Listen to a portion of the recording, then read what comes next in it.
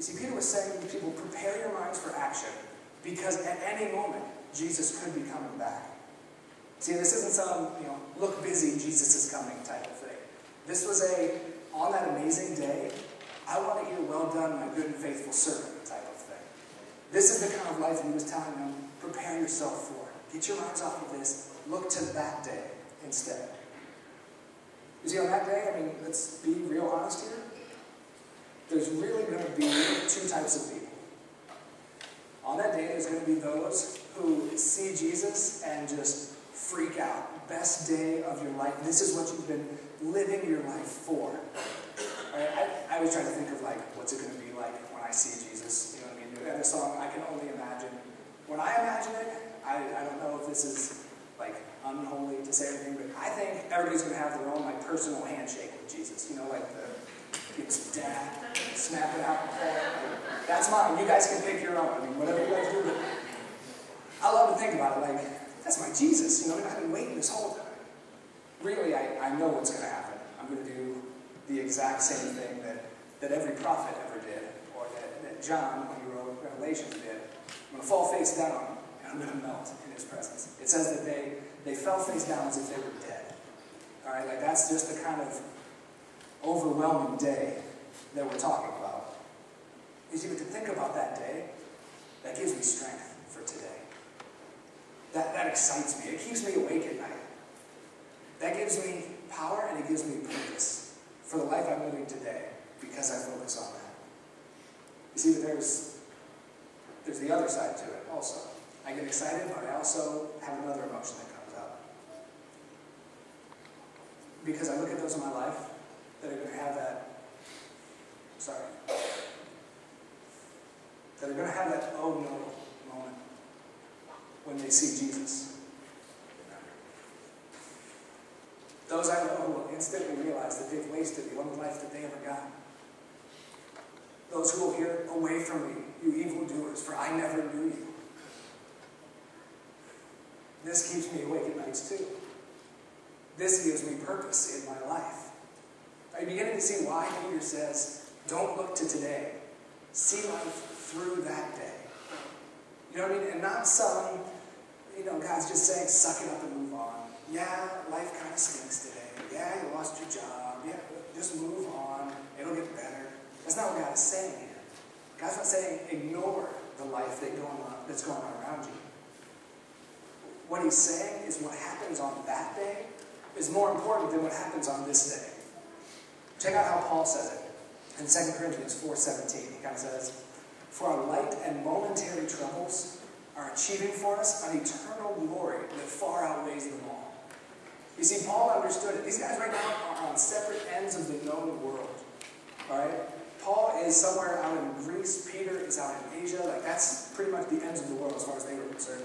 But they're both preaching the exact same thing. Get your eyes off of today. Focus on what God is doing. You see, we need to change the filter that we view this life through. It's not that, like I said, you ignore what's happening today and you just put your head in the clouds and only focus on what's coming. But you view life through the filter of Jesus is coming back. Now, how should I go about my job? Jesus is coming back. Now, how should I discipline my children? Jesus is coming back.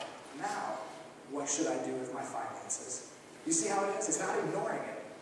It's seeing life through the lens of Jesus could come back at any moment. See, God has been teaching me this principle lately. The principle goes like this. Perspective determines action. Our perspective determines the actions that we take, the life that we lead. Whatever lens we look at life through, maybe your lens is, I need to get what I can get out of life. Maybe your lens is, he who dies with the most toys wins. Whatever it is, that determines how you live your life. That determines every action that you make. See, I think God likes to use life experience when he teaches. And about 3 days ago, God decided to teach me this principle so I could give you guys a sermon illustration. It's kind of a negative view of it, but it still works, I think. We went to Creation. Have you guys ever heard of that? It's a music festival, kind of like a live, but it's out in PA. So we went to it a couple days ago, and we went and camped there, set up camp, and to get to where the bands we wanted to see were playing, you had to walk forever long, like out around the whole campground, out behind a little mini stage through, we called it Morocco because it didn't feel like America. There was like so many people, cars driving through people, dust everywhere, it's hot, you're sweating. Like, people were yelling in foreign tongues, I know. I was like, oh, I was freaking me out. So we walked that way once, and we kept thinking, there's got to be a better way. It took like an hour and a half. It was just like, we took a step, stopped. Taylor's hitting me with his chair. Like, it was bad. So we think there's got to be a better way. Where we camped, there was this yard, and it kind of went up a hill, and then there was a road. And that road took you right to a shortcut to where we wanted to go. And so we're like, I'm sure this guy won't mind. We'll just cut through his yard. And he didn't. We checked with him later. But here's the thing. His yard was kind of like tiers. It was like up a little hill, and then flattened out, up another little hill. Well, where the hill was, it was too steep to mow. So there was just like brush, and it was about like yay tall. There was a couple paths where people had walked it down. And so on the way down one of them, we were like, yeah, just cut through. This is so much better. Like, praise God. I jumped over a little creek and landed in a hole. Chris, you can put the picture up. I'm not wearing flip-flops today to try to be like cool and unholy. Like, I can't fit into a shoe. My foot was jacked up. Like, Kim thinks, oh my God, I get x-ray. It's like, but it hurt bad. My perspective changed. The rest of this time that we were at the festival, she's like, hey, do you want to go see this band? How far of a walk is it? Do you want to go get something to eat? Isn't that uphill? Like, all of a sudden now, like, I was really thinking about going back through Morocco. I didn't want to cut through that yard anymore. Downhill, like hands and knees, and it was way bad. But my perspective had changed. Now, everything I was viewing through the lens of, my foot really hurts. And it determined what shows I went to see. It determined what time I ate. It determined if I sat up on the hill with my arms folded and made them get food from the car and bring it back up the hill. My perspective had changed, and so did my actions. Next, Peter goes into the second part. I mean, I don't really want to call them steps, because he's not giving you a step-by-step process.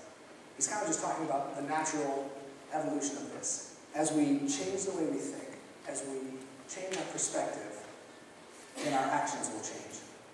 He says, be self-controlled. As obedient children, do not conform to the evil desires you had, when you lived in ignorance. And we'll kind of just stop right there. You see, first he tells us, prepare your minds for action. Now he begins to call us to action. Self-control, in the original language, which I'm not even going to try to pull out the Greek word and slaughter it, just what it means is vigilant. And I had to break that word down. Webster says that vigilant means keenly watchful to detect danger. Paul says, change the way that you think. Prepare your minds for action. Let God change your perspective. Now, live lives that are keenly watchful to detect danger.